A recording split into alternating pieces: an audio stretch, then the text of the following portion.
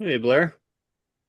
Jump into Mind Modelers, and there is an episode, uh, tons of extra stuff that I threw in here, and it's on the end. If you're into how to rewire your mind, or sorry, if you're in the BDE 350 notes, I put stuff in there, Okay.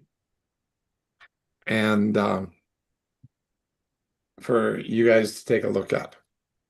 It was inspired by the conversations we had Monday.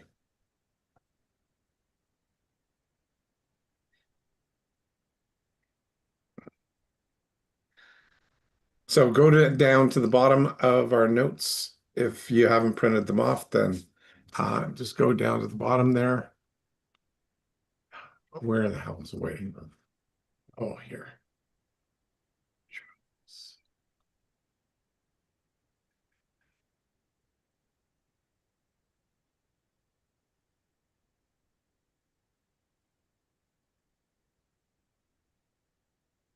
We're getting a nice little crew here today.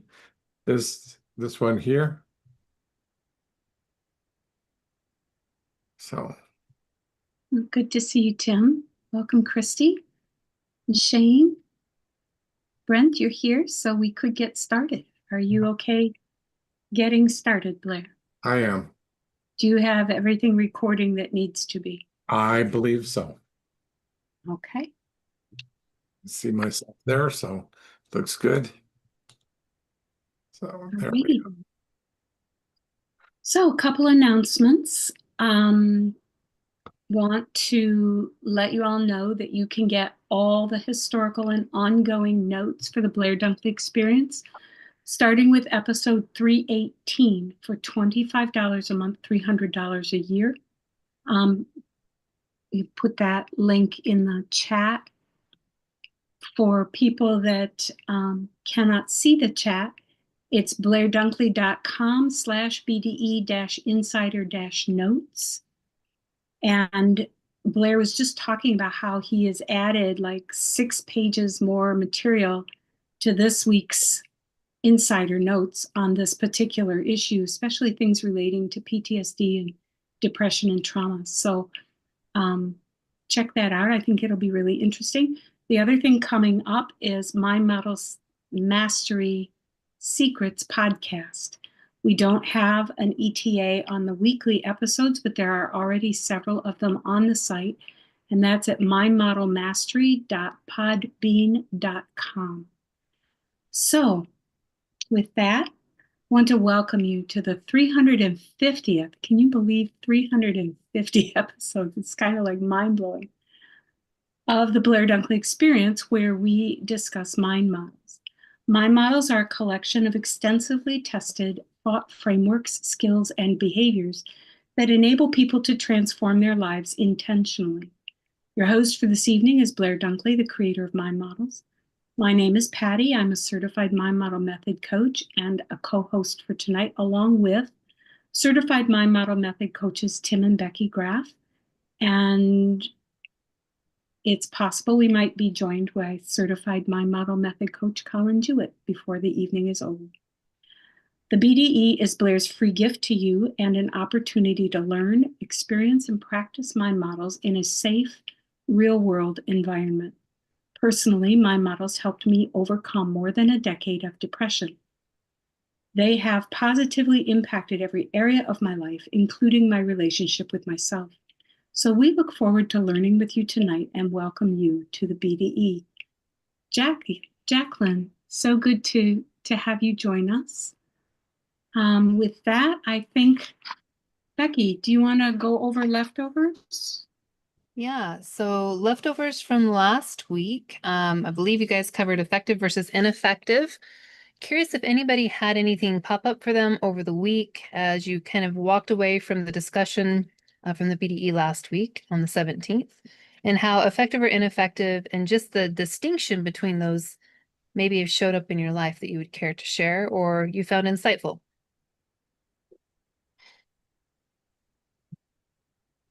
If not, Leslie, you're looking up.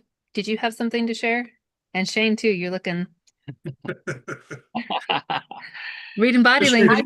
Eye contact is deadly, guys. So that's the question of the group. Everybody looks down. You're like, No eye contact. Just remembering being ineffective more than effective. That's all. So you remembering that? Is that what you meant? Or Yes. Yeah. and how does that distinction support you or help you? It didn't. It didn't. I kept being ineffective today, Hmm. but With that, went for a bike ride on my new e-bike and cleared some cobwebs, but That's highly effective. I was gonna say, dude, can we just put a period right there and get rid of butt?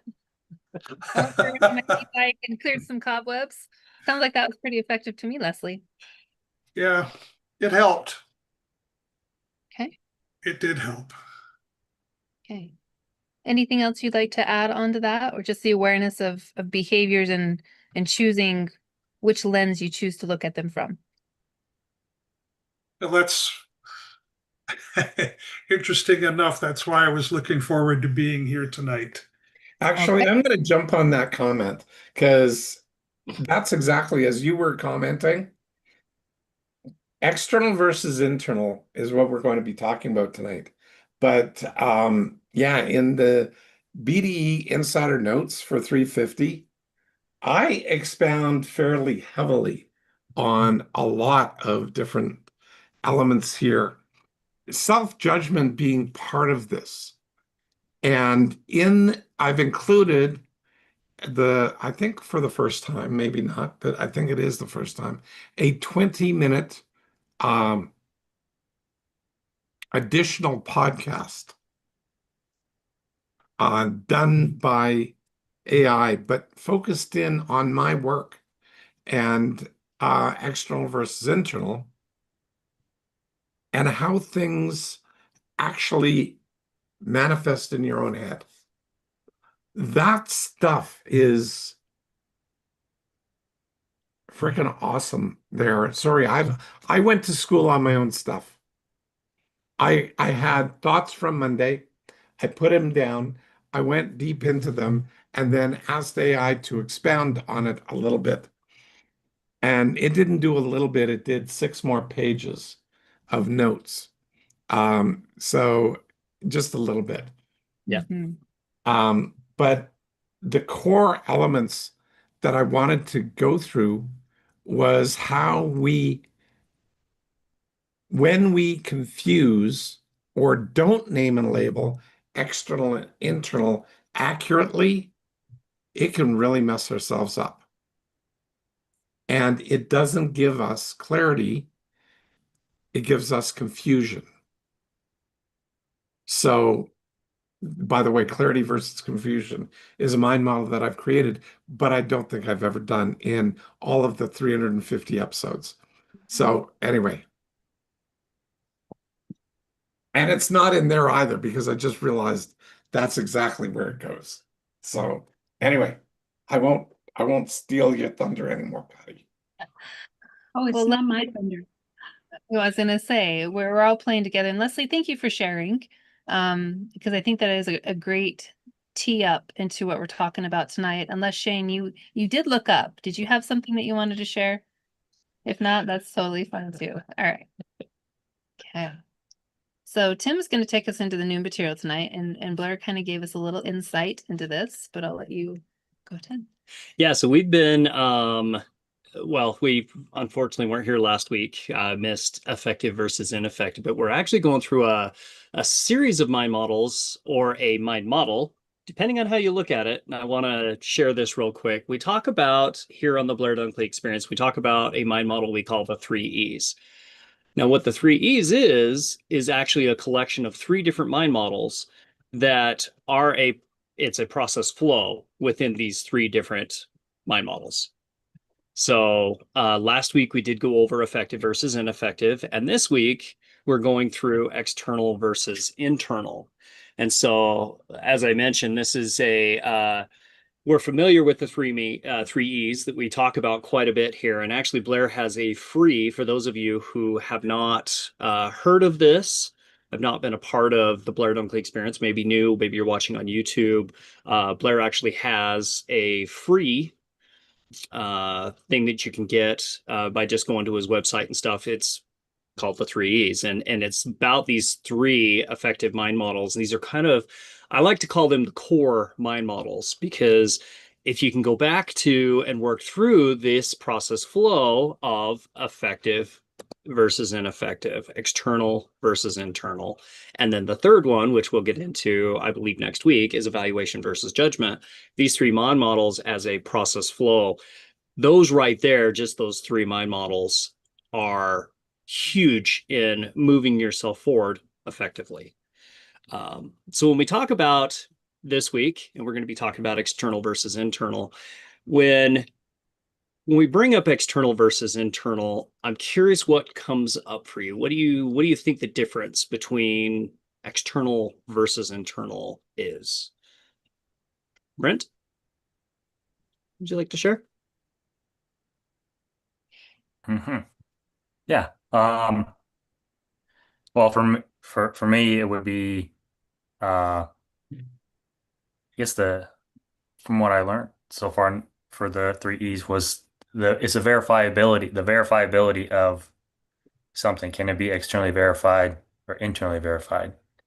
Also, as well as I use it as where things are, so I use that, but I equate to them where are things, where they lie, where do they reside?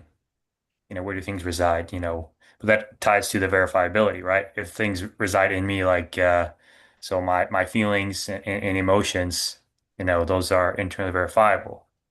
If I choose, that's where they reside. And then so taking that same thing and then to be external, um, would be to name and label those to bring them out. And then as well, having a third party or somebody that can, you know, corroborate, what it is, if there's a congruency there. So that would be, Awesome. so. Yes, thank you, Brent, for sharing. Christy, when you think of external versus internal, what comes up for you? Internal, like my own thoughts, my self-judgment, my feelings, and external is like I use that one a lot too when I think if I feel like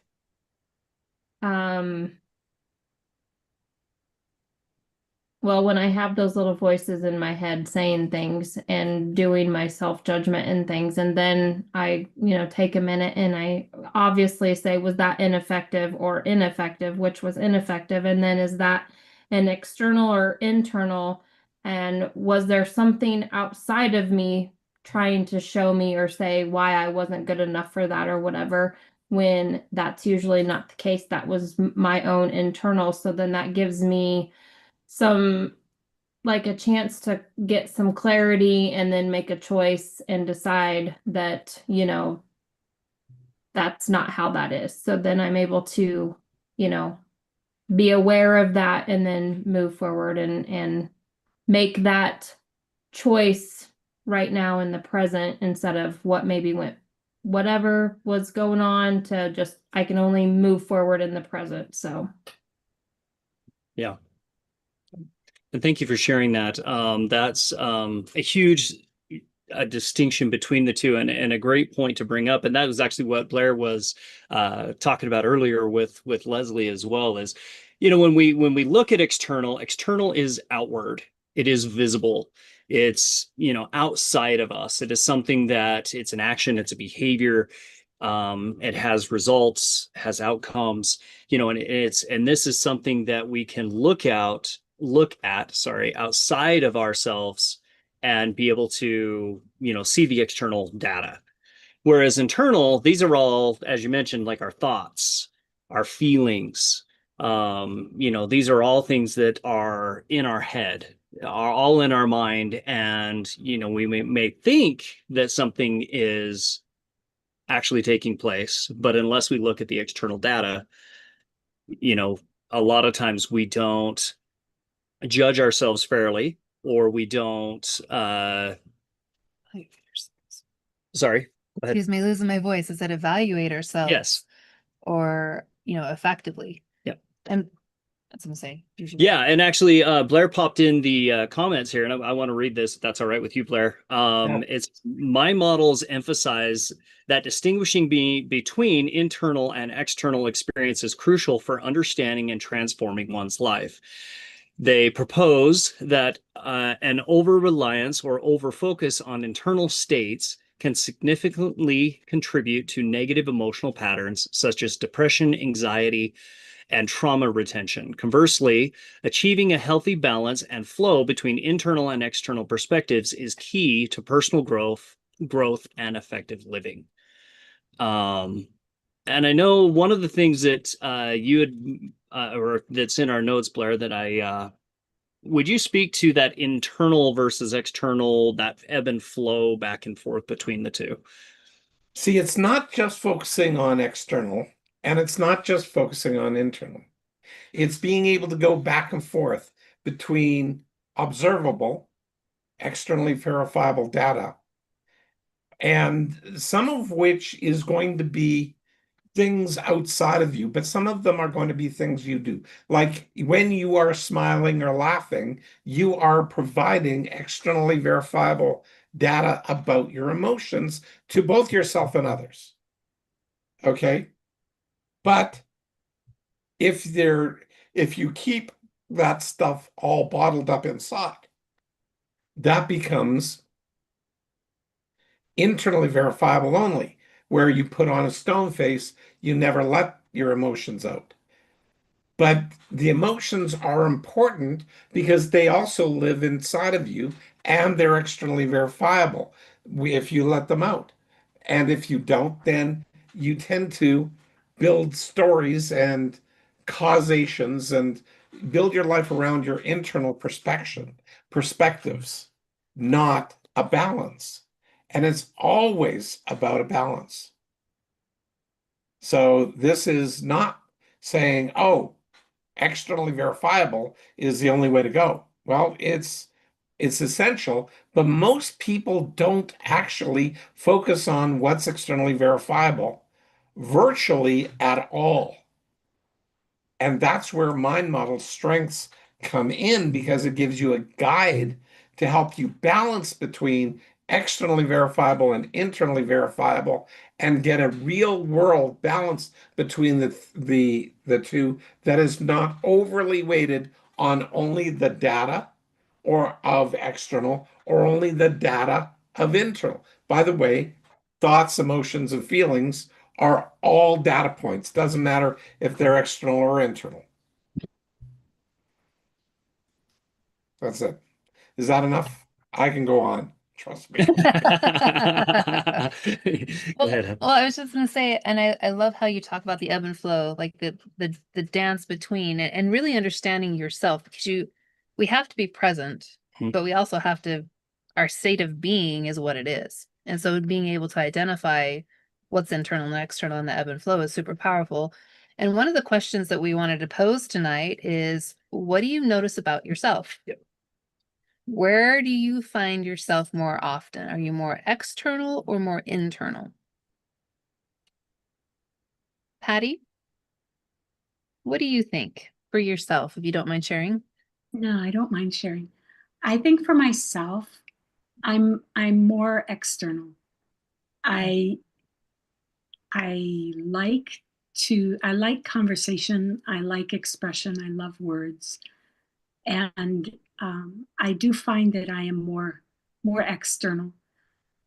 I think that part of that is a leaning of my life that I don't get a lot of alone, quiet time to be internal. It's like I go from one external thing to another. But I've always tended, even when I had quiet days, um, I still think I was more external than internal. Jackie, you look like you're having thoughts. What about Yeah. you? More external or internal? Oh, can't I hear you, cannot Jack. hear you. Okay. Okay, well, when you figure it out, let us know. Yep. Um, anyway, back to you, Tim. So I find for myself, I tend to be more internal, unfortunately.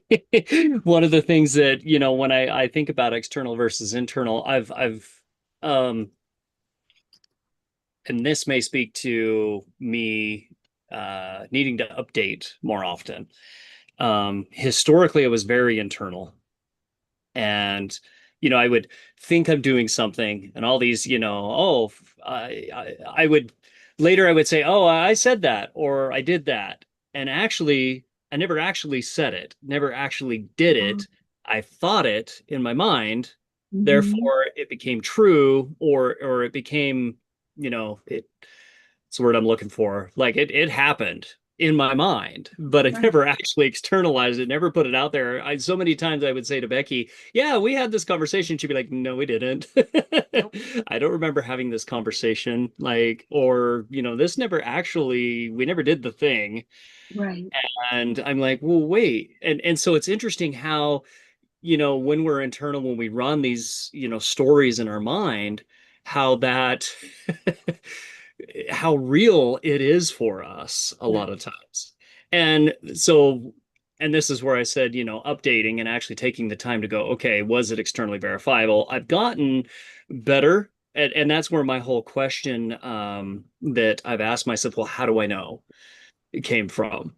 And that's Mm. part of that question that I've asked myself is because then I look at the external evidence.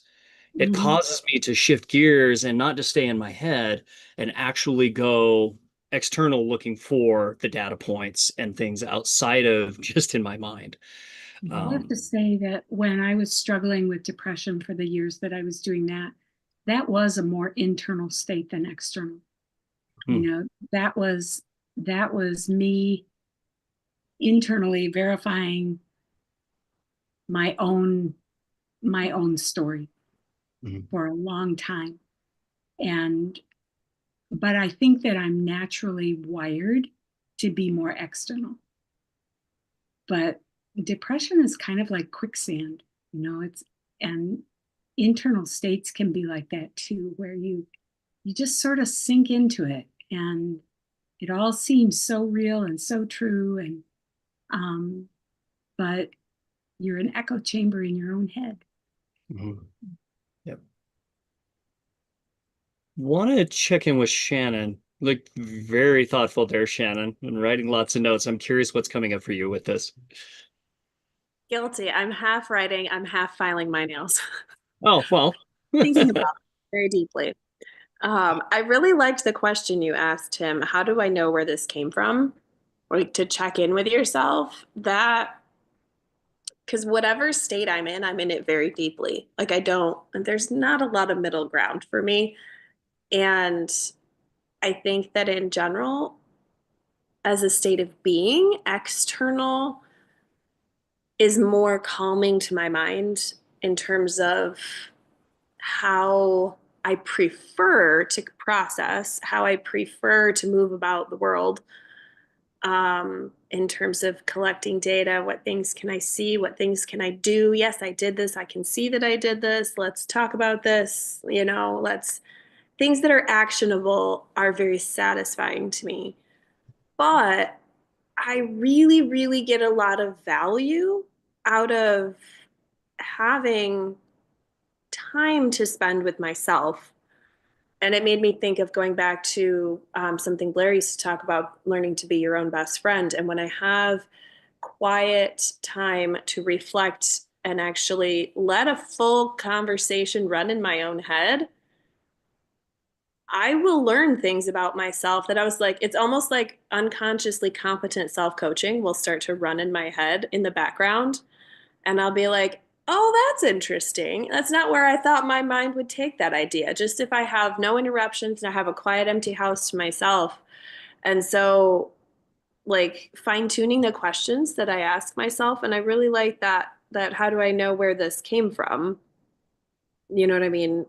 Did this come from inside of myself, or did this come from somewhere out here?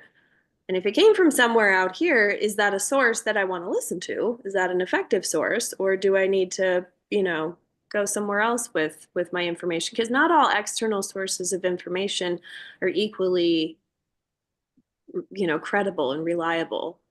So true. So When anyway, I yeah, those are some of the things that I'm noodling on, because I think that it's a really timely mind model for me to ponder. Mhm. And I think it's good at practicing. I mean, just knowing that I lean one way, I think it's good at practicing the other, because the balance, like you said, Blair, being able to use them both intentionally and have a healthy mixture of the two. There are things that I learn about myself from choosing to have some quiet internal time that I wouldn't if I, only did the thing that came easiest or the thing I preferred. Yep. I think that's a powerful statement too, like the preference. I know that I've gone through different seasons in my life where my preference has been different. And I too prefer external. I like to focus on something. Distraction outside myself is Yeah. wonderful to be able to really dig into things. But that sense of being able to balance and flow is super important. And Blair, was wondering if you would chat a little bit about that preference piece, as far as like, I don't know how many people are actually aware, like consciously aware that they even have a preference and how That that plays. exactly. That was one of my big discussion points that I have used for decades in listening. And I've noticed that in doing the deep dive in the reboot series here, that I get to look at how I'm behaving to specific mind models and, pardon me, share that with others. One of the things here is that balance point is way slipperier than most people think. Because when I listen to language patterns about people who think that they're highly internal all the time, and I'm not saying this goes carte blanche, it is not. It is specific people who have said that they're highly internal, yet their language is not terribly judgmental, tend to be internally reflective, but all of their reflection is based on externally verifiable data. And so that's actually fairly balanced. So people who claim that they're all externally verifiable data, like Shannon said, she looks at externally verifiable data and looks at it and she is pleased or inspired, or I forget the emotional word that she chose there, but that emotional word means that it's already being processed internally. Satisfied, I think she said. So yeah, that was the one. Thank you. That she was satisfied with that. That's actually the internal self-regulation happening in balance with the externally verifiable regulation. And that's how come I mentioned to people don't spend that much time with true external evaluation. They usually use external information, so they wind up judging themselves. And so that the weight of their story becomes all about the internal judgment and very little about the external facts of the matter. And they don't go, oh, well, that's what happened. They don't do this, but they could. And they go, oh, that's what happened. What might I do differently now? And the second that people shift to that more balanced approach, it drops the excessive judgment and goes into, oh, let me try this. Now, all of a sudden, they're curious. Excuse me, but where does curiosity live? Internally. So that's a balancing force for all that external stuff. And if they don't go back and forth between this internal and external ebb and flow, and between the emotions of curiosity and intention and even finding their own pleasure in exploring these things, it's not healthy at any level. So it's like if you watch a little kid, playing back in the day, I was when I was writing this stuff yesterday and today even, and I've reflected back on me playing dinky toys with my friends.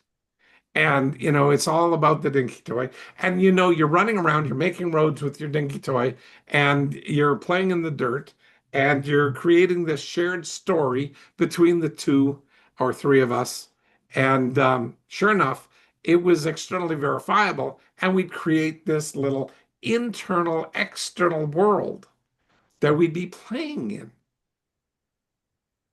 And then we'd have laughter and hardship and all of the things we have in life in there, but also with like crashes and trauma and, but all at this internal level that is very lightweight because it's all just a game of playing dinky toys.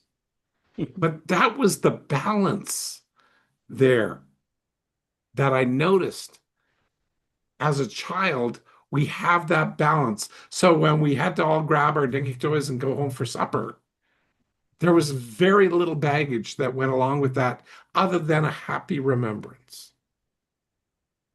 Well, what if we applied the similar models to external versus internal as adults? How does that work? Well, it works very well when I start. Well, I reconnected this weekend with a client of mine some almost 20 years ago. And when I started working with him, he was doing 5 figures, and now he's doing 9 figures. So that's 100 million for those of you that don't know. Annually, by the way.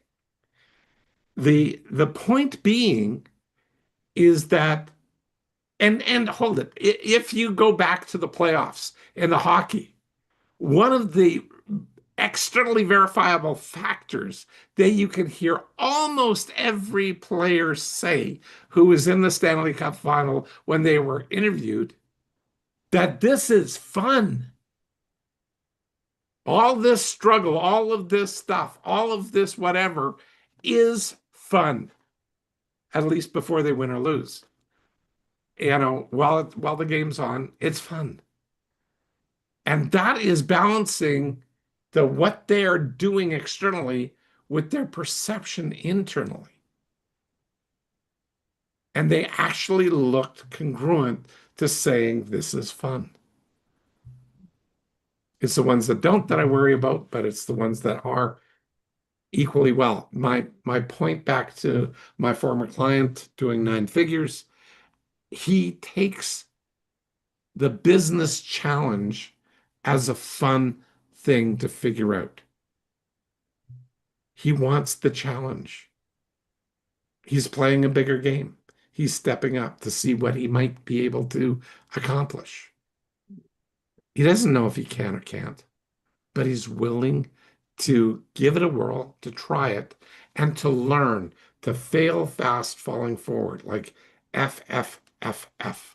That's one of Jackie's favorite mind models. I'm sure she quotes it all the time. So the 4Fs.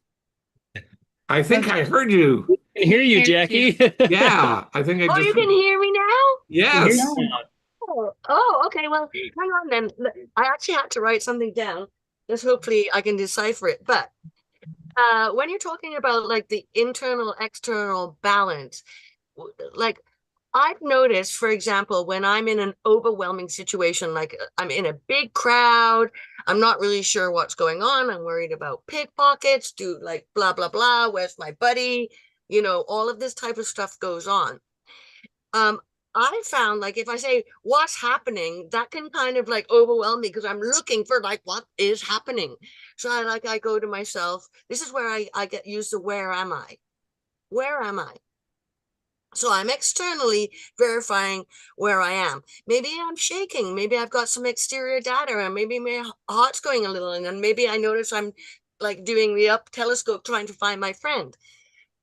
And then it's like I ask myself another where question: where am I? Because where is so flexible with the ability to go internal and external. Where are you located? So like that's kind of the unsaid word of the word where, when I'm where am I located? And then I can say, okay, well, I'm in Canada. I'm on Vancouver Island. I'm in my garden. You know what I mean? Like rather than what, because like what it like when I say what is happening, you kind of bring in the I guess the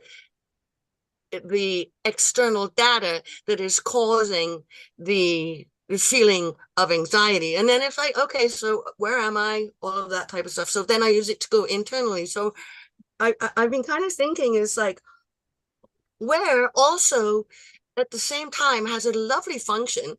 Because like I was thinking about it, I was comparing it in my head when I was having a chat with myself about where and what, and like how effective where is when you may be going internal or external, because I find that where has less judgment than a what for me in my head or my tone. Because like when I'm saying what, I'm like, what's going on? I'm matching the external energy rather than, oh, what's going on? Which still provokes in me anyway. I'm just noticing the fact that I'm trying to bring in more information, which was not my purpose at that moment, because I was dealing with the feeling of feeling overwhelmed, being in a crowded area or not finding my friend or something like that. And I love that you're sharing this, Jackie. Thank you, because I hadn't thought about the difference between the what and where, but I can actually I can feel it as you're talking Yeah, through. me You too. can Like, yeah, you feel more of that emotional with, what is going on, or what, there's more of that emotional load than asking just where am I? Where, yeah, the where is more of, then you're seeking for more of that information versus loading more of the emotion. exactly. And I'm trying in my head to say, where am I? Where am I? Where? It doesn't sound as, what am I doing? What's going on? Like I can do a very nasty tone with the what, but the where am I? Like it gets more of my attention to like bring it into myself. Anyway, that's just what I'm noticing with the conversation and the tone and the gentleness of the where has, how easily it flows into perk curiosity a little bit more than just gathering data, like what tut, tut, tut, tut, tut. Where am I? Like absorbing okay, yeah. Anyway, and it kind of also, when you're using where, it brings you into the now, because where am I? Canada, Vancouver Island, in my cabin, plonk, on my couch. And even when you I ask the am. question, where am I internally, you still, that same, You're you can chunking still, it down. You're it brings you bringing, closer. yeah, Yep. yeah. Yeah, for sure. Anyway, I'm glad you can hear me now. This is the first time you've been able to do this in probably about 6 or 8 months. Yep, all your travels. You're back. I better turn my mic off because I make lots of comments in the background, and maybe then it's not funny if some people may not appreciate them. Okay. Shannon, did you have a thought? I did. When I was listening to you and Jackie go back and forth, I was noticing that the answers to the where am I included stuff from self, other, and situation. Like it was more broad. And Yep. then the what question is like very narrow. I don't know. That's just what I was like, oh, this actually encompasses, you can answer the where am I question from any of those three bubbles on the Venn diagram. What is, like I said, I've never noticed the tone to both of those, but that was a really fun conversation. Well, and I thought it was fascinating too, because even when Jackie had changed the tone and made it more emotional, there was still, you could feel the more emotion in the where versus the what. Yeah. Even with, a more of a negative tone, if you will. because you're looking for that external data, you're looking even for the internal data, and it does bring you to that present as you mentioned. So it's just interesting, and I love that you shared that, Shannon, because you're absolutely correct. Like, tying in you know the situation and others going on, when you're looking for the where, you do tie that in. Yep. Yeah, exactly. Brent, what's coming up for you with this conversation? Looking very thoughtful, sir.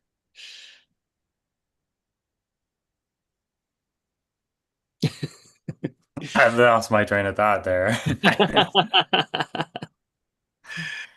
Yeah. I was thinking about something and then she kicked me out. I asked the question and kicked me out of it, and I don't know what I was thinking. Ah, I come back anyway. to you in a second. Yeah. Leslie, Yeah. what's coming up Yeah. for We you, sir? could be profound and ask Brent, where were you? Ah, were you internal or external, Brent? Leslie, what's coming up for you? I think I'm realizing that I'm internal more often than not. And just in listening to everything here, and I'm realizing some things that I need to change to make them more fun. And the other thing that I wrote down here was that in developing my process and working with my process, as we've talked before, is um, which I have defined as who, what, how, and do, to include where, as to who, what, where, how, and do. Um, that might allow some room for some fun.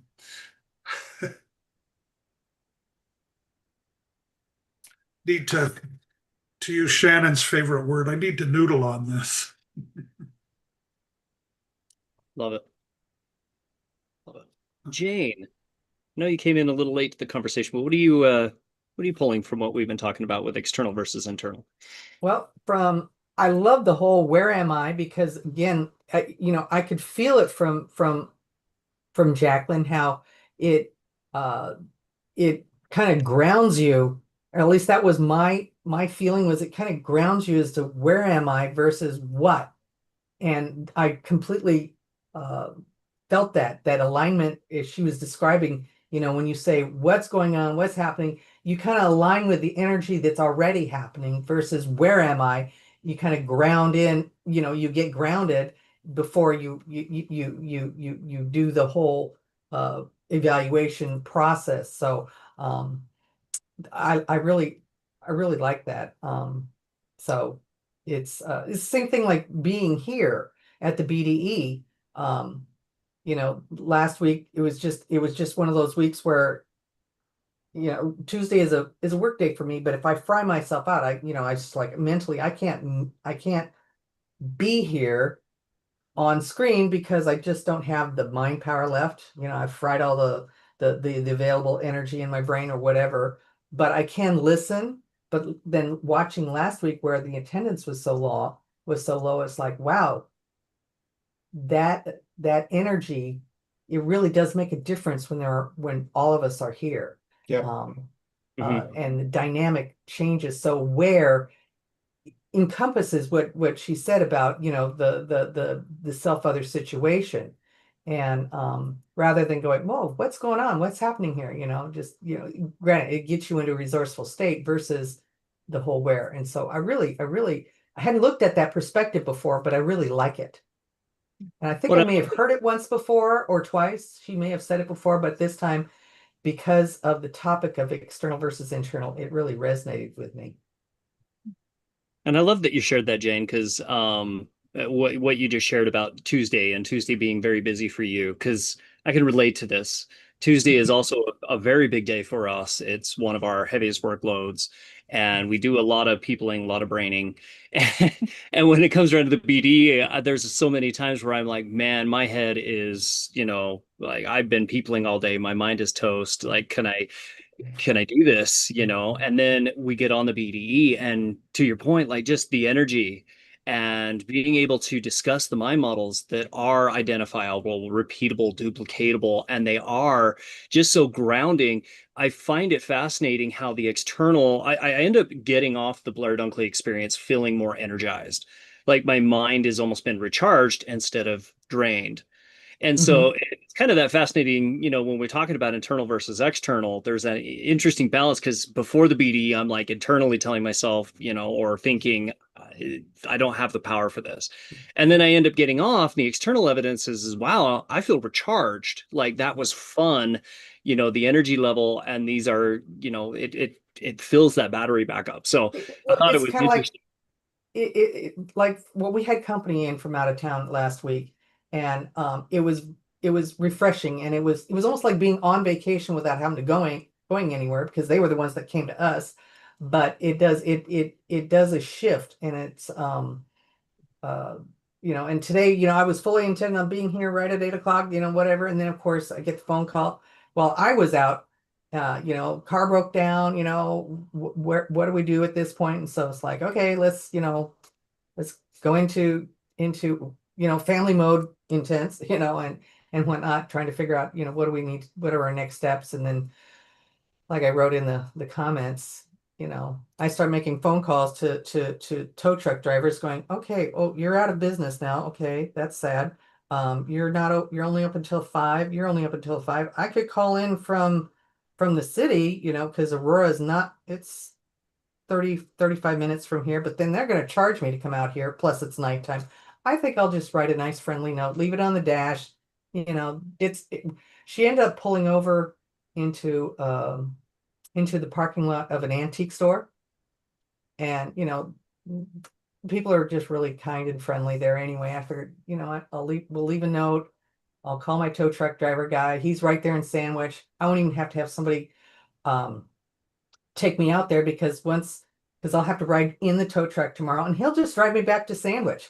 I love living out in the country. It's been wonderful, and we've enjoyed the life. I just have not needed this particular service after hours before. No, and it's very So, Jane, I appreciate you sharing that because the way you shared it, I think, is mhm. a very key piece of what we're talking about here. It wasn't overly inflated or inflamed with emotion, right? You were very pretty calm. And I think one of the things for We just had me, to when pivot.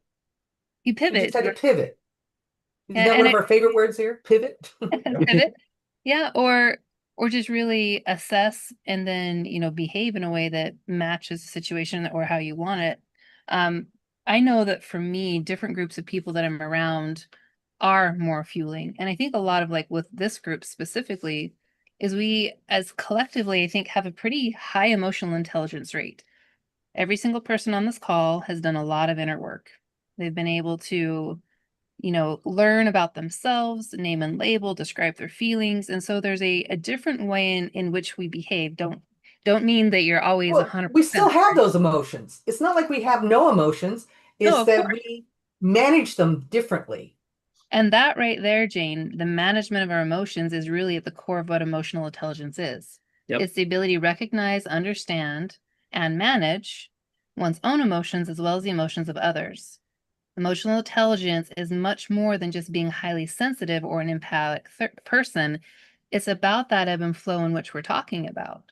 Emotions are 100% wonderful and important, even if they don't feel awesome, because they help us understand ourselves, our world, our situation, and things that we like, that we don't like, to really have a very fulfilled life. And so it's really important that we don't stay just internal and bottle Right. them. I'm a Well, recovering bottler, right? you know, Versus, and I'm so grateful to Blair and the mind models, because my youngest daughter is one that can get very energetically and emotionally charged. Mhm. And she was calm, cool, and collected tonight, which was like, no anxiety attack? Really? And she goes, I've had enough panic attacks over just trying. She started working today. She started, it was so she's spent all that emotional energy and anxiety on that by tonight, the car was acting funny, and she did the what should I do now? Well, I think I should pull over so that I don't damage the car in case that's what's going to happen. And we'll see if we can't, if we turn it off and turn it back on, if the dashboard had started going, as she put it, she says, all the trees were down. All the dials just went to zero. So all the trees were down. And she says, but she didn't panic. And that was like, to me, that's a huge victory. Whoo, hoo, hoo, you know. And she just said, what do I need to do? And I need to, you know, mom's out, so I'll call dad. And then, of course, at some point she did call me, and I went, well, I'm halfway there. I'll go ahead and meet you out there. Well, they had already been and gone. And it's like, okay, now what do I do? And so it's like, go home and, you know, let's figure this out, make the phone calls and all that. So we just did step by step, just broke it down and chunked it into what can I do right now? Well, I can't do anything while I'm driving, I can't make phone calls. So I got to get home or get in a stable place, you know. So I just took it one step at a time. And again, like I said, if it wasn't for the mind models, you know, it was a high probability I would have had an emotional mess on my hands, but Yeah. it wasn't. And it was like, you know, that's a victory right there. And then on top of everything, you know, we'll just take care But of it how'd you tomorrow. weigh all the way through that, which is awesome. Yeah. So Step by step. we're getting there. Just a little bit at a time. Baby, what is it? Fail fast, falling forward. Right there, Jacqueline. We just little bit at a time, just chunking it there. So I want to take a second and check in with Shane. I haven't heard from Shane. Yes, sir. Hi, Shane. Well, hello. How we doing? Wanted to check in with you, sir, and see what's coming up for you with the external, internal, what you're noticing. Well, I'm internal. I'm more likely. I have conversations in my head a lot. I swear I speak them, but when you said what you said, I saw my wife's reaction through the computer of that. Evidently, I don't speak all of them out. Externally verifiable that I need to get more organized in my desk. I've been rummaging through over here and going through. I'm actually trying to find my notes from Mind Model Coach training on this subject, but I stumbled upon just other notes from past BDEs, and then I'm like, Shane, focus on what you're doing. So then externally, I'm like over here. So that's where I'm at. Having a great time though. I love listening to everybody. So want to pose kind of shift this just a smidge, because I know that we're getting close to the end of the hour, but just posing the question, like, what is the impact of your internal life? Sorry, Jacqueline, was that a hand raised? Yep. Jacqueline? I just kind of want to, if it's okay, to kind of like respond to Shane in a way. Because I had written something down, like I was trying to think, like what processes actually that I go through, and I tried to do it from like using the mind model words and all of that stuff. So it's like, first of all, I notice a feeling, and then I'll get to what I mean by with this with Shane. Feeling, then I notice that feeling.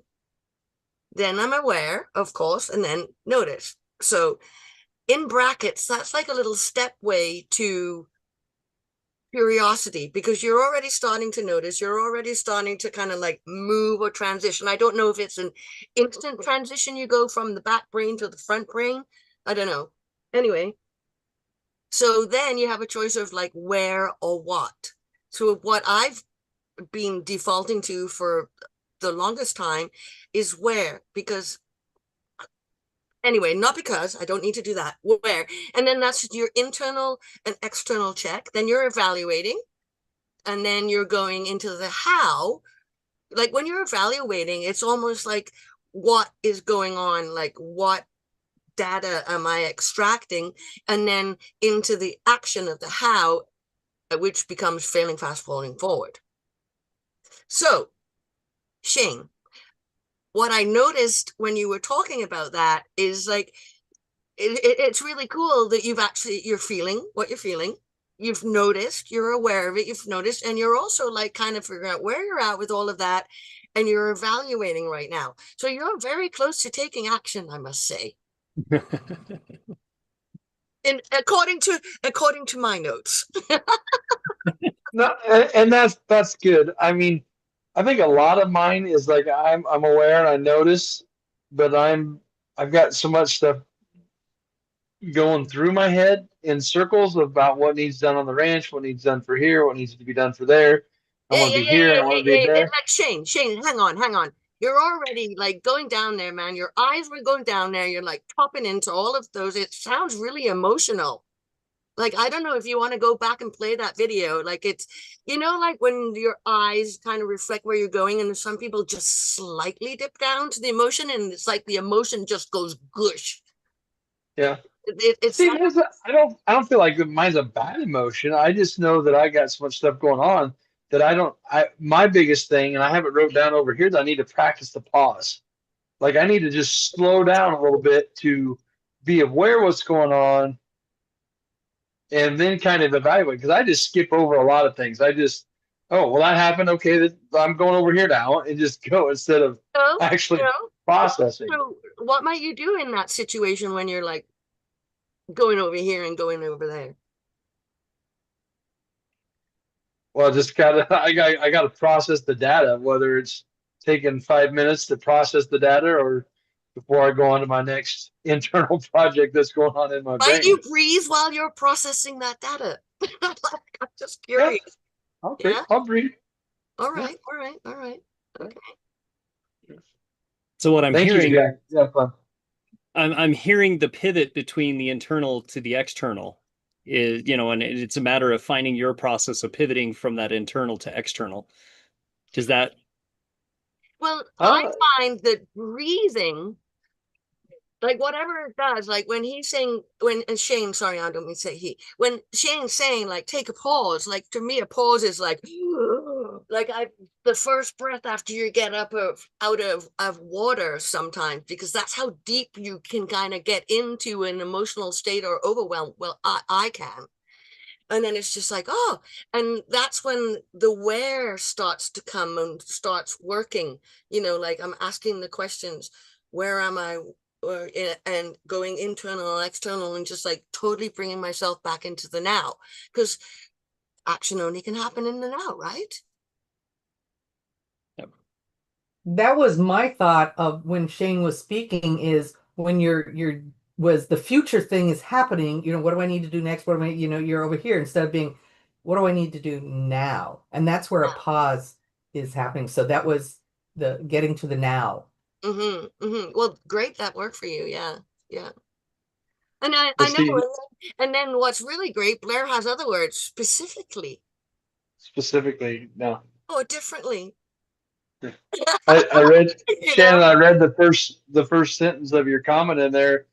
I used water to help my nephews pause. I'm thinking, man, you just throw a glass of water in their face? I mean, that'll work. Well, the chat, I'm with that. Yes, just that there are different sensory inputs that can help different people pause. If I'm stuck in my own work, I have a particular snack, and the texture of it does something to my nervous system that helps shift my brain. So there's different kinds of sensory input. I'm like right on the edge. I have like a whole long list of things I want to dive into and learn about, but studying the cranial nerves is one of them. And the different cranial nerves have different sensory input that helps your brain in different ways.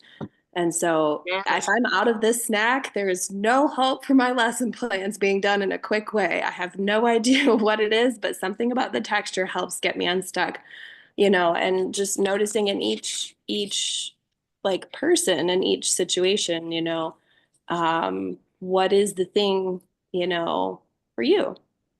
Because by the way, neuroscience has done a number of research projects on something very similar to that. And when you have paired by like wiring together, fires together, wires together. Mm-hmm. So when you got resourceful, you have that texture in your mouth. Mm-hmm. Okay. So you can, if you can re-trigger that without the texture.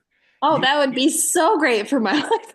Well, then it's completely doable, because that is a paired response. Okay. Yeah. No, that's really it's a huge like passion of mine to dive into that at some point in my life. Yeah. Now is not the season, but like it's really interesting work to me and to learn how to help your body, you know. Yeah, it's a really, really cool thing. But the basis of my comment was that every brain needs different information into the nervous So system true. to help it with whatever it needs to process. And so trying different things. And each of my nephews responds differently. You know, some of them, you know, they need something different than the other one. You know, a drink usually helps. Throwing water on their faces would be fun. It's 1,000,000 degrees here this week. Just oh. Could definitely cause a pause, shift change. Well, I think we need Yeah, to yeah. pause and shift change into wrap up.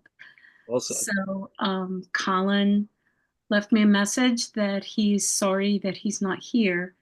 He had power outage and generator failure and things that weren't able to be put together. So I'm sure we will see him again next week. But are there any last comments before we start into the wrap up? Yes, Jackie. So happy to see people having a little bit more fun with like when they discovered that they actually didn't use something effectively or ineffectively, or when they did, you know, like it's like fun to find out you didn't do something effectively, because you can make it effective, or Yes. fail So fast true. falling forward effective. You know what I mean? So I really like that. I think I watched last week because I wasn't on, and Brent said something like he had fun when he discovered something. It's like, oh, that wasn't effective. And he was, you know, it gave him a sense of joy. Well, it looked like joy and a big smile on his face. So anyway, yeah, I'm really happy to see that more people are doing, or like, it's like, it's almost like, for me, it's like, huh, I don't have to be on patrol of myself all of Right. the time. They mature, they start to like just become automatic. Like you don't say, is this ineffective, or you like effective when you first started, you know, and is this ineffective or effective, because you're trying to get your mind to agree. And now it's just like instant. You don't Yes. even think it, You but you know you recognize thought things, it. recognize Anyway, things and respond to it. I'm loving seeing that this Yeah. evening. It's beautiful. Jackie, would you like to start our wrap up? Would you like to I guess participate so. in wrap up? Well, I was just looking at my little note thing here. I am going to. Oh, I do have something to say about the whole group thing. When we were using, when I was like saying about the where and the what, my tone, my internal tone and my external tone can be quite different from what your internal or external tone Yeah. is. So it's going to drive. The tone will really drive it. And this is what I noticed tonight. Like, holy shit, our tone, even when we're changing the where and the what, and we're noticing like the different sensations we're getting, the tone, man, the tone, holy shit. So, excuse me, it's really big, Yeah, we because joke at our house about the Tony Awards. We have yeah, and even the like when Tony you're Award. silent you're talking internally, the Mhm. tone. Because Yeah. sometimes when I want to catch To myself, notice the tone you're using with yourself, just to notice. yeah, Are you really yeah. being kind to yourself, or are you beating yourself up? Well, So, what I like to do, I say that out loud. You hear my ah, tone? It's like I'm almost daring myself, say that out loud. Like, then that's what I do to myself, like say that out loud, because I want to hear it sometimes, because mm, uh, that sounds really effective to do. all right. So, So for me tonight, like it was like, oh, I thought this is a 10 out of 10 because I had so much fun. oh, well, it's a lot of fun to have you back with us. So Oh, I'm thank really you. glad your microphone got to working and that you were able to Yeah, I'm not participate. changing anything. This you Okay. assume I do, so it's okay. Okay. All right. Thanks, Jackie. Leslie, would you like to participate in wrap up?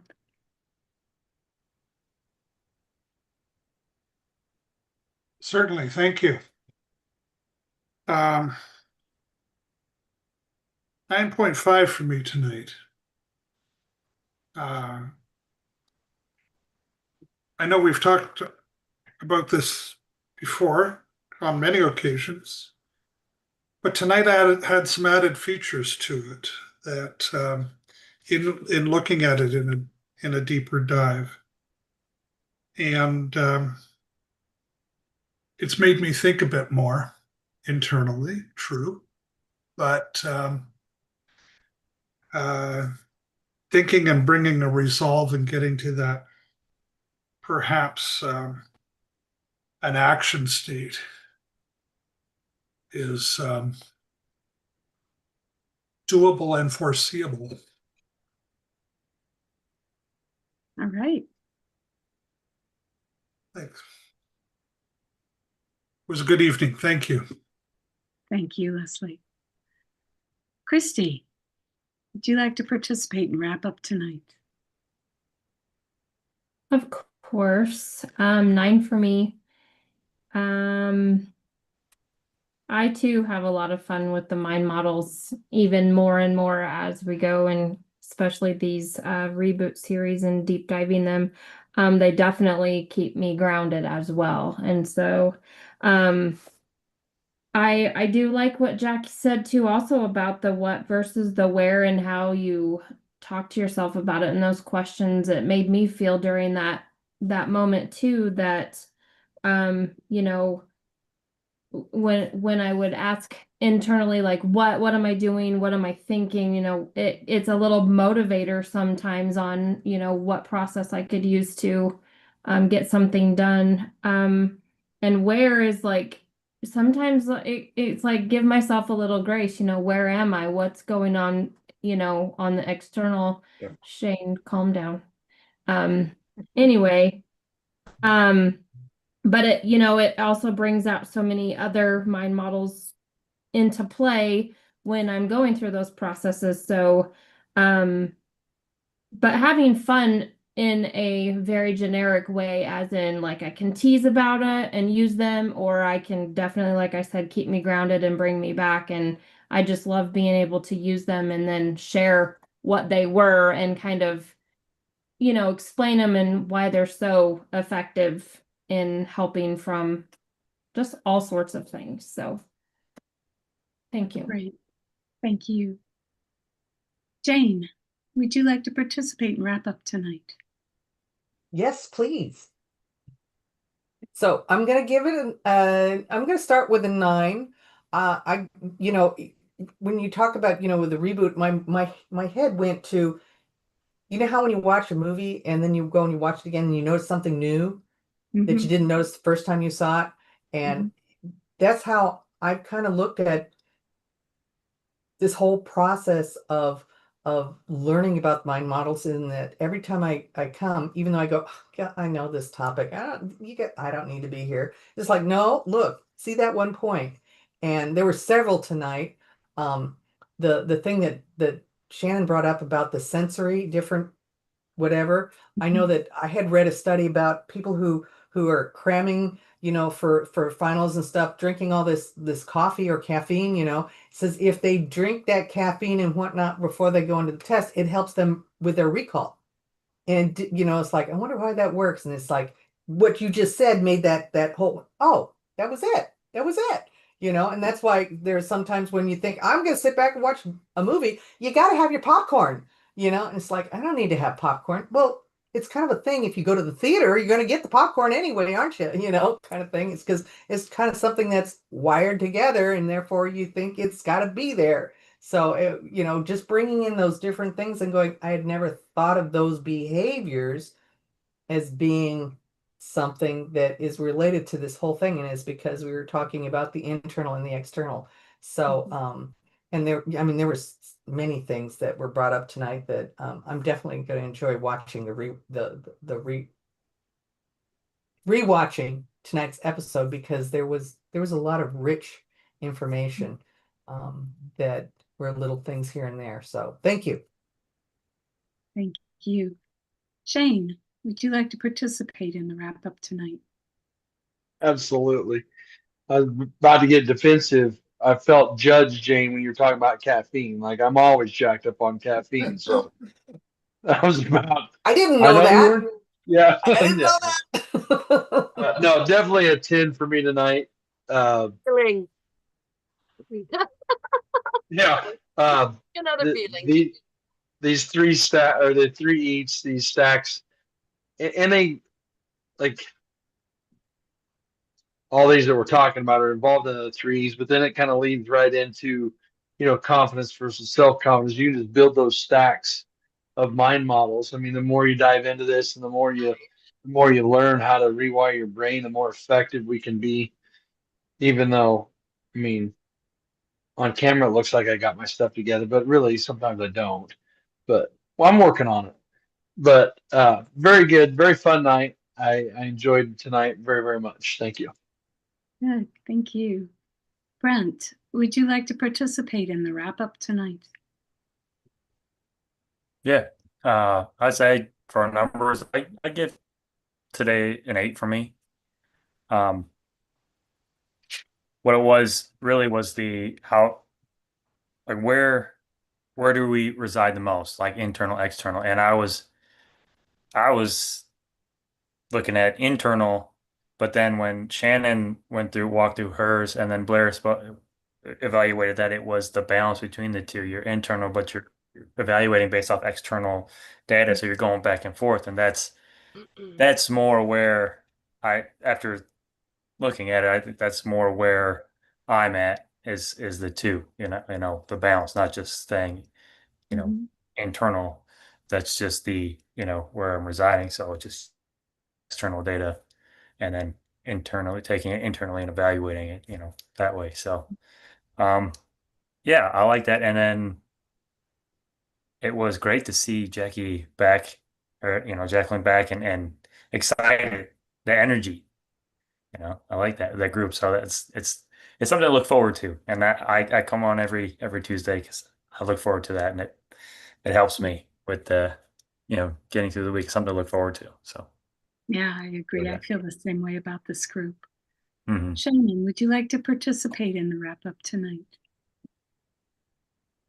Yes, ma'am. Yeah, no, it's no matter how much or how little I have to give, you know, showing up still adds to my life. I remember I've been struggling with a migraine for about 8 or 9 days, and it got progressively worse towards the end, and then eventually found a mechanism to kick it away. But I had a down hour yesterday at work, and I was able to take a class from a coworker. And I was really nervous because I was like, is this going to make things worse? And it doesn't, no matter when you do the things that help, they always help. And this is one of those things mentally. That was one of those things physically. And just it's nice to be able to rattle around with other people's brains and to get some takeaways from that. So I lots of great nuggets tonight. This is one that I think going a little deeper on, I appreciated just Blair, you're teasing out the little exposition on different nuances of it. And when you were going, you were giving an explanation of how some people say they're one way, but it's really internal reflection based on external data. They're creating that balance, even though they say they're one way. And then you have the other side of the coin, just to notice, you had said to look for the judgment in the language patterns, people saying they're one way, but as coaches and as just observant people watchers, to listen for the language patterns and to listen for the words, the keywords and phrases. That is what jumped out to me in terms of someone might have a certain way of understanding themselves and how they relate to themselves and how they relate to words. I mean, introvert and extrovert are words we hear very early in our lives. And a lot of times people take those and own those and never really go much deeper. And so I found it interesting to start to just, to not take names and labels at face value, but look at what the actual evidence that we've learned, like, oh, body language, tone, names and labels, what words are they using, and to, you know, from a little, just, it's just information that's really interesting. And I found that to be a nice flag to look for. And also, Blair, how you were saying how you're looking at how you're behaving to certain mind models, and just learning the time and space I was in life when I learned a particular mind model and how I relate to that mind model. It's an interesting thing to think about, and how I use them and where I most commonly use them in certain situations, and to add to the dimension that they can bring to life. Allowing more room for fun. That was a great part of the conversation. I enjoyed that. I think our brains need that. Everybody's brain. Hold on, let me switch pages. And then Becky, I really appreciated your sharing a little bit about like a really succinct description about management of emotions and the core of emotional intelligence. That was really, because those are words I hear a lot, the emotional intelligence piece, but getting to the heart of some of that, and just in very simple terms, what they do. They help us understand ourselves, our world, and what we like and what we don't. And this is the function of an emotion. And I don't know, a lot of that, it was really refreshing to hear. Because emotions are part of what can go internal or external and flow back and forth between that balance that we're looking for. And and the question you had asked, I don't know if we ever dove too deeply into it, but I wrote it down and I'm going to think about it. What is the impact of your internal life? I thought that was a really profound question. I think it's something that I'm going to just pay attention to throughout the next week and see what is the impact of my internal life. Like, what does, I know sometimes it can take me down a hole and I have to like actively stop myself and catch myself and say, this is not rooted in anything real. Stop right now. And then there are other times when I'm like, oh, actually, that's a really interesting thing. And sometimes my, like I said earlier, unconscious competence can be on your side and help you when you're, you know, having things work in the background, that little part of our machine running on autopilot back there. So a lot of wonderful contributions. Thank you, everybody. This is a 9 for me tonight. Thank you, Shannon. It's nice to have you back on camera. Yep. I can see a little better. My head is no longer crushing. I'm glad. Okay, Tim. Yeah, Would I'd you love like to. to participate and wrap up? I would love to. Tonight was a 9-5 for me. Um, I I had two big takeaways tonight, two things that really stood out. I really loved, Blair, your story. When you were sharing about you know, the kids playing Yes, with the toys. the toys. I had not I hadn't thought about it in this way, but I really loved the idea of taking that internal imagination, externalizing it with, you know, a toy, building a road, whatever it is, you know, that you're playing with. And, you know, you're taking that internal imagination, putting it external, and then you have, you know, the effective things that play out during, you know, whatever you're playing. And then you have those ineffective things. And isn't it interesting how as children, you know, we're crashing or we're fighting or we're, you know, doing these things as we play, and it's, you know, and we go away and it's fun. You know, when you think about life, and if it, as we go throughout life, we have everything internally playing out externally. And then, you know, is it effective? Is it ineffective? You know, we have those ineffective things that happen in life. We have those crashes, we have those fights, we have those things that play out in life. And then we have the effective that plays out as well. And in all of it, really, when you look at it, it is meant and it is fun. There is joy in even the negative things that happen in our life. And this is a mantra that Becky and I, you know, focus on. We look for the silver linings. What is effective about, even in an ineffective situation? What can I learn from this? What is effective about this? Would never in a million years want to lose my daughters.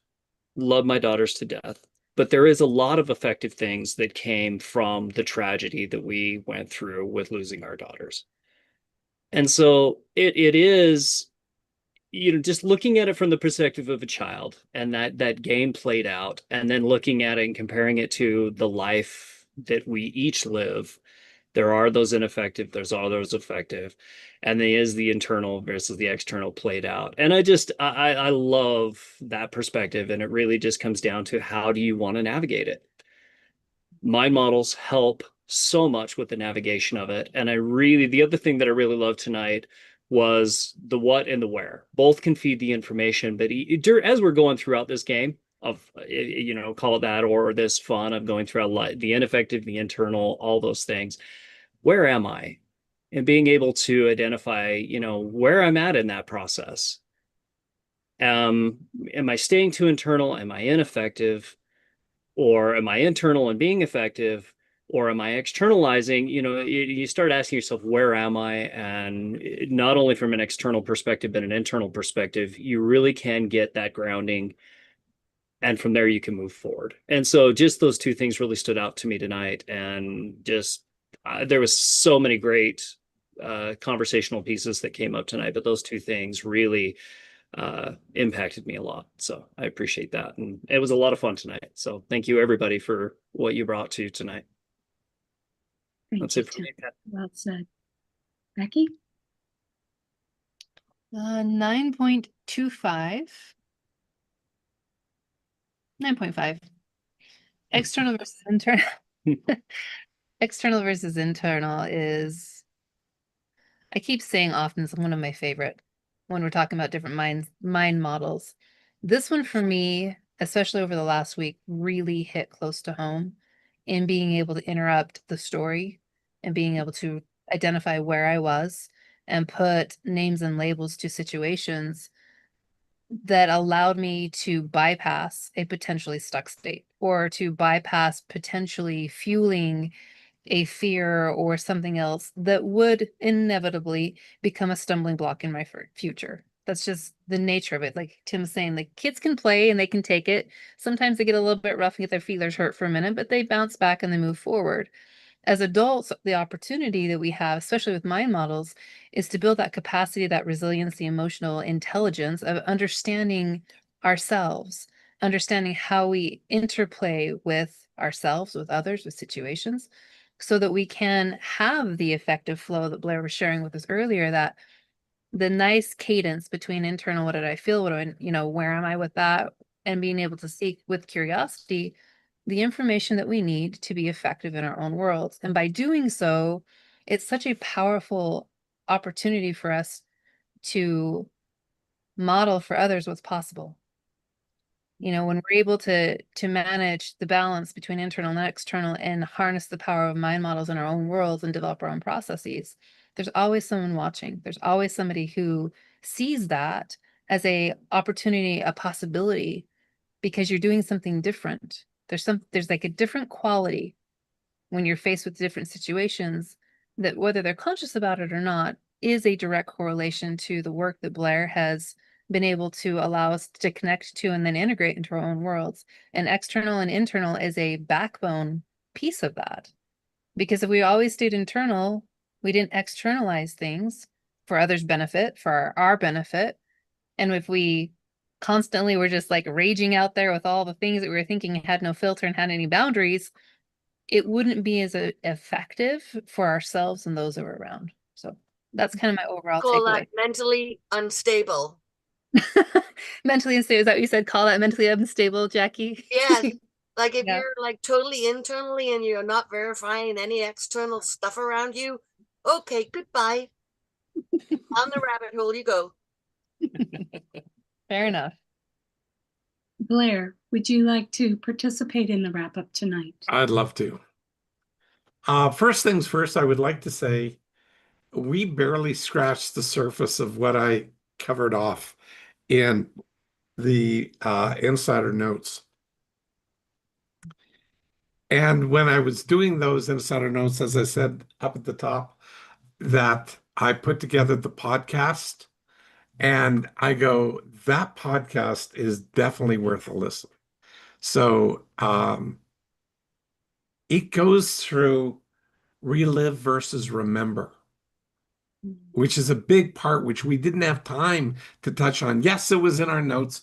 And no, we did not have time to touch on that. One of many things we did not have time to touch on. But relive versus remember. I mean, remembering is internal. Reliving is taking a situation and internalizing what isn't here right now and reliving it through the past, generating a new experience in real time that has got nothing to do with reality in the moment. It's got everything to do with your past. I mean, just think about that for people who are suffering from depression. Yeah. Like, oh my gosh, that is horrific.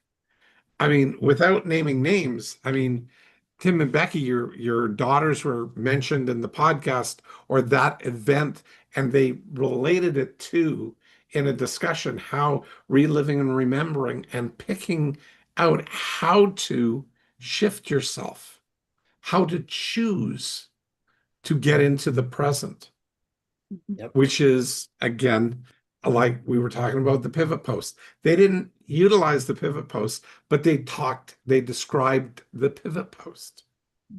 Depression was discussed, and like how that becomes an ongoing issue, and how we can perceive the reality of the situation through the lens of a depression when people describe what you're actually doing effectively as a lie.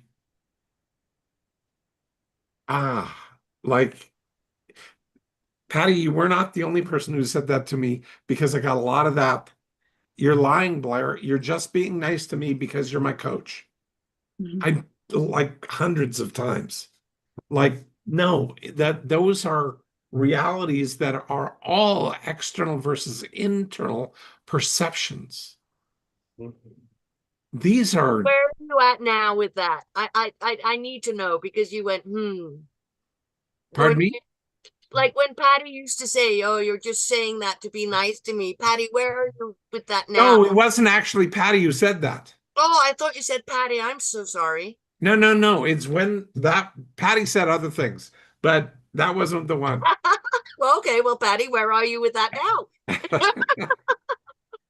Where I'm at with what now that I didn't say? Exactly. Yeah. So functionally, when we are coaches, and even if we're not, and we just want to utilize the mind models to a deeper level and start recognizing the resource base of how, because during in that podcast, we talk a little bit about the uh, safety versus comfort, because that's an internal external thing. Oh yeah, big time. Yeah, big time is right. We didn't get into that. Relive versus remember, which I talked about.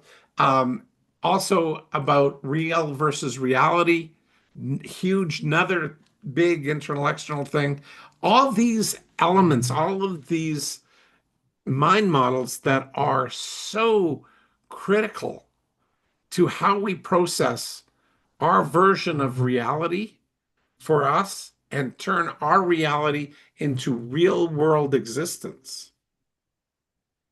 It's very interesting because I'm just bringing back what Tim and Becky were saying about how they process things differently, but they kind of get to the similar destination. Yep. This is exactly what you're talking about. It is, but it's almost like you could connect the whole list of mind models and funnel them down into like a where, how, where, what, how. Like, because it's not like you need all of them, but sometimes you need little tiny bits. Actually, you do need all of them. You need a who, yes, what, when, where, why, and how. Yeah. You need all of those. Okay. At different times, but not all at once. So, yeah, but it seems in your mind that you're actually just selecting the bit that's effective for you in that moment, because you bingo, that's exactly it. Yes. And that's how come if we don't have our focus into from how do we bring our internal state into alignment with the external world where we live in conflict. And that conflict is usually depression. You Well, mentioned depression. Obviously, I've dealt with that a lot. And my judgment, and here I am, it's judgment because I'm not evaluating effectively my exterior safety versus comfort and all of that. I need to ask for external information, for Exactly. feedback, because I know that I'm probably in certainty, not clarity. That And was another one that's clarity, discussed. I would That's right. go out to the garbage and remove my garbage and not have a panic attack before I did. Like if you relate way back years when I was doing that Yep. during COVID. But yeah, no. Anyway, I'm just so excited tonight. I'm hyper. I've actually settled down after my trip. After a month of like, now I'm like, oh yeah, okay, here I am. Where am I? What am I doing? Let's do this. Exactly. Yeah. So anyway, for me tonight is a solid 9.5, maybe a 9.75. Wow. Okay. And that's very high for me. Um, but please, if you get a chance, listen to the the podcast. Do you connect with You that post through it? do you connect with that through the insider notes, going to the Yes, it insider? is. Yes, it's So there's a available link through. there. If we go to the insider notes for Yes, episode 350, that's how you connect with that. absolutely. All right, great to know it. Well, for me tonight, it was I'm going to say a 9.3 because nobody has taken that one yet. But um, I find the thing that really spoke to me was the dinky toys with the children again. You know, I watch my grandchildren, and one is very, very particular when he plays with cars. And they're driving and they're parking and they have to park in a specific place. And I didn't think about him running his internal story, but when I attempt to play with him, if I get I'm putting my imagination into his internal world and I'm not parked in the right place. I'm not, it's like, no, no, no, no, no, no, no. This, you can't put that there. I'm like, well, the parking place is no, no, no, no, no. It's like it doesn't work there. And then, there'll be a crash, and then, in comes the fire engine and all these things. And it's his internal story. But when I'm attempting to interact with that, there are times it works and times it doesn't. And we need to be aware, I think, that when we're interacting with others, we may be interjecting ourselves in somebody else's internal story. And the response we get it feels personal, but it's not. It's not about us. It's about the fact that we interrupted an internal story. And we did that in an ineffective place for them. And so I think that just for understanding ourselves and understanding others, that example with the children's toys was really, really significant for me. So thank you for that very much. Let's see. Becky, would you like to take us out? I will. Thank you, everybody, both here with us tonight in person live via Zoom and those out in YouTube. Thank you for spending the last 90 minutes or so with us. It's been a great discussion. There's much more where this comes from, so make sure that you join in and join us next week, Tuesday, 7 p.m. Mountain, 9 p.m. Eastern. Again, and if you're on YouTube, please make sure you comment, like, and subscribe. And again, as I'm saying again is like a lot tonight. Apologies, guys. So also, as Blair was mentioning earlier, you have an opportunity to get even deeper. So deeper than we can cover tonight, because we like to hear from everybody's experience and be able to have an experiential opportunity to integrate these concepts into our world and share how they show up. So please make sure that you go to blairdunkley.com/BDE-insider notes and get your hands on all historical and ongoing notes for the Blair Dunkley experience. They start at 318. We're currently at 350. So that's 32 plus episodes, and Blair has added a extra bonus of the podcast that will be contained and shared with episode 350. So please make sure you go there and get your hands on that. Again, it's $25 a month, $300 a year. Definitely worth the investment for yourself to learn how mind models can help you become more effective in your own world. Again, see you guys next week, Tuesday, 7 p.m. Mountain, 9 Eastern. Thanks again for hanging out with us tonight, and we'll see you next week. See ya. Thanks, everyone.